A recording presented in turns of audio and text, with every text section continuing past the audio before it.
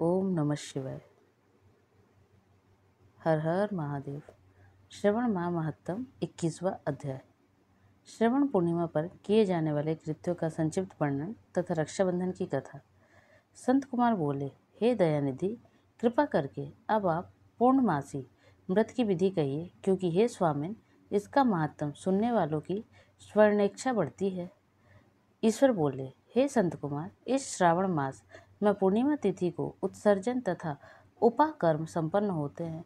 पौष के पूर्णिमा तथा माघ की पूर्णिमा तिथि उत्सर्जन कृत के लिए होती है अथवा उत्सर्जन कृत्य हेतु पौष की प्रतिपदा अथवा माघ की प्रतिपदा तिथि विहित है तथा रोहिणी नामक नक्षत्र उत्सर्जन कृत्य के लिए प्रशस्त होता है अथवा अन्य कालों में भी अपनी अपनी शाखा के अनुसार उत्सर्जन तथा उपाकर्म दोनों के साथ साथ करना उचित माना गया है। अतः श्रवण मास की पूर्णिमा को उत्सर्जन कृत्य प्रशस्त होता है। साथ ही ऋग्वेदियों के लिए उपाकर्म हेतु श्रवण नक्षत्र होना चाहिए।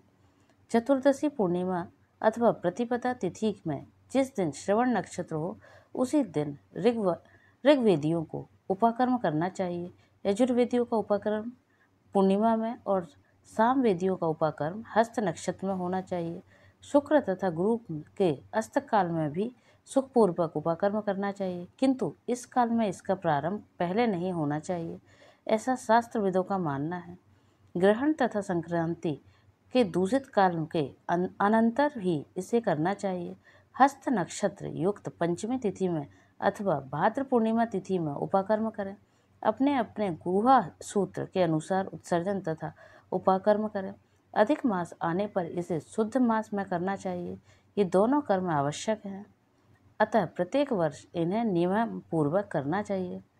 उपाकर्म की समाप्ति पर द्वि जातियों के विद्यमान रहने पर स्त्रियों को सभा में सभादीप निवेदन करना चाहिए। उस दीपक को आचार्य ग्रहण करे या किसी अन्य ब्राह्मण को प्रदान कर दें।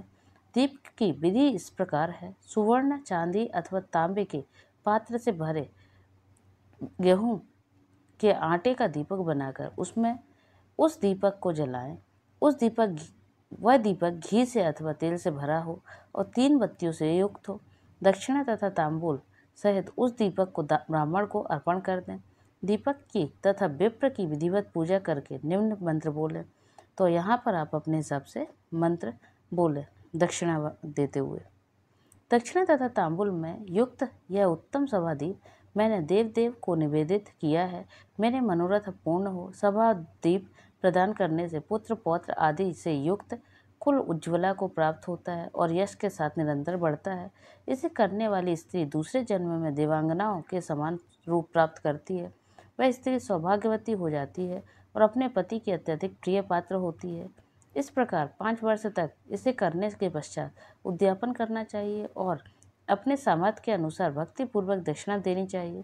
हे संत कुमार, यह मैंने आपसे सभादीप का शुभ महत्तम कह दिया। यदि उसी रात्रि में श्रवण कर्म का करना बताया गया है, उसके बाद वहीं पर सर्प बलि की जाती है। अपना अपना ग्रह सूत्र देखकर ये दोनों ही कृत्य करने चाहिए।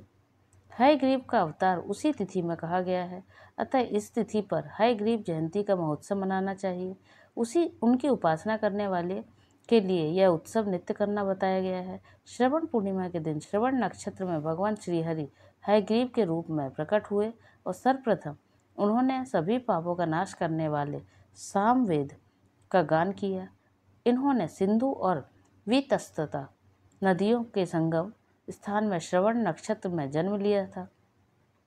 अतः श्रावणी के दिन वहाँ स्नान करना सभी मनोरथों को पूर्ण करने वाला होता है।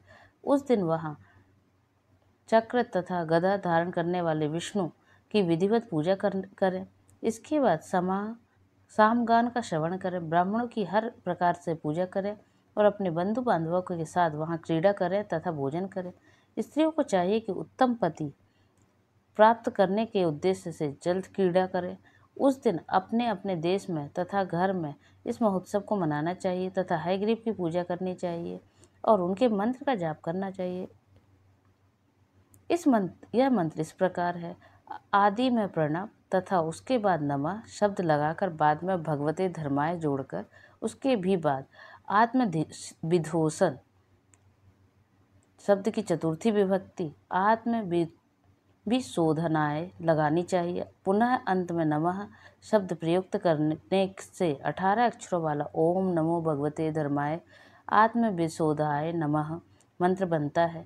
यह मंत्र सभी सिद्धियां प्रदान करने वाला और 6 प्रयोगों को सिद्ध करने वाला है।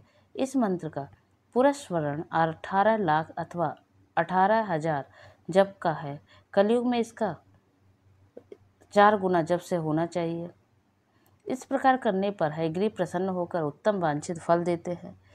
इसी पूर्णिमा के दिन रक्षाबंधन मनाया जाता है, जो सभी रोगों को दूर करने वाला तथा सभी अशुभों का नाश करने वाला है। हे मुनिश्रेष्ठ, इसी प्रसंग में एक प्राचीन इतिहास सुनिए। इंद्र की विजय प्राप्ति के लिए इंद्राणी ने जो किया था उसे मैं बता रहा हूँ। पूर्व काल में 12 वर्षों तक देवासुर संग्राम होता रहा। तब इंद्र को थका हुआ देखकर देवी इंद्राणी ने उन सुरेंद्र से कहा, हे देव, आज चतुर्दशी का दिन है, प्रातः होने पर सब ठीक हो जाएगा। मैं रक्षाबंधन अनुष्ठान करूंगी, उससे आप अजय हो जाएंगे। और तब ऐसा कहकर इंद्राणी ने पूर्णमासी के दिन मंगल कार्य संपन्न करके इंद्र के दाहिने हाथ में आनंददायक रक्षा बांध दी। उसके बाद ब्राह्मणों के द्वारा स्वत्सयन किए गए तथा रक्षाबंधन के से युक्त इंद्र ने दानव सेना पर आक्रमण किया और क्षण भर में उसे जीत लिया। इस प्रकार विजयी होकर इंद्र तीनों लोक में पुनः प्रतापवान हो गए। हे मुनीश्वर, मैंने आपसे रक्षाबंधन के इस प्रभाव का वर्णन कर दिया, जो कि विजय प्रदान करने वाला, सुख प्रदान देने वाला और पुत्र, आरोग्य तथा धन प्रदान करने वाला है। संत कुमार बोले, हे देवश्रेष्ठ, यह रक्षाबंधन किस विधि से, किस तिथि में तथा कब किया जाता है? हे देव, कृपा करके इसे बताओ। हे भगवान, जैसे जैसे आप अद्भुत बातें बताते जा रहे हैं, वैसे वैसे अनेक अर्थों में युक्त कथाओं को सुनते हुए मेरी तृप्ति नहीं हो रही है। ईश्वर बोले, बुद्धिमान मनुष्य को चाहिए कि श्रवण का महीना आने पर पूर्णिमा तिथि को सूर्योदय के समय श्रुति स्मृति के विधान से स्नान करे। इसके बाद संध्या जप आदि करके देवताओं, ऋषियों तथा पितरों का तर्पण करने के बाद सुवर्णमय पात्र में बनाए गए सुवर्ण सूत्रों में बंधी हुई मुक्ता आदि से विभूषित विचित्र तथा स्वच्छ रेशमी तंतुओं से निर्मित, विचित्र ग्रंथियों से सुशोभित, पदगुच्छों से अलंकृत और ससर्प तथा अक्षतों से गर्भित एक अत्यंत मनोहर रक्षा अथवा राखी बनाएं। इसके बाद कलश स्थापन करके उसके ऊपर पूर्ण पात्र रखें और पुनः उस पर रक्षा को स्थापित कर दें। उसके बाद रम्य आसन पर बैठकर सुह सज्जनों के साथ बारांगनाओं के नृत्य गान आदि तथा क्रीड़ा मंगल कृत्य में संलग्न रहें। इसके बाद मंत्र पढ़कर पुरोहित रक्षाबंधन करें। जिस बंधन में महान बल से संपन्न दानवों के पति राजा बलि बांधे गए थे, उसी में मैं आपको बांधता हूँ। हे चलायमान मत हो। ब्राह्मणों, क्षत्रिय, वैश्यों, शूद्रों तथा अन्य मनुष्यों को चाहिए कि यत्नपूर्वक ब्राह्मणों की पूजा करके रक्षाबंधन करें। जो इस विधि से रक्षाबंधन करता है वह सभी दोषों से रहित होकर वर्ष प्रयत्न सुखी रहता है। विधान को जानने वाला जो मनुष्य शुद्ध श्रवण मास में इस रक्षाबंधन अनुष्ठान को करता है, वह पुत्रों, पौत्रों तथा सुसज्जनों के सहित 1 वर्ष भर अत्यंत सुख में रहता है। उत्तम व्रत करने वालों को चाहिए कि भद्रा में रक्षाबंधन ना करें, क्योंकि भद्रा में बांधी गई राखी रक्षा विपरीत फल देने वाली होती है। इस प्रकार श्री स्कंद पुराण के अंतर्गत ईश्वर संत कुमार संवाद में श्रवण मास महत्तम में 21वां अध्याय पूर्ण हुआ। हर हर महादेव। ओम नमः शिवाय।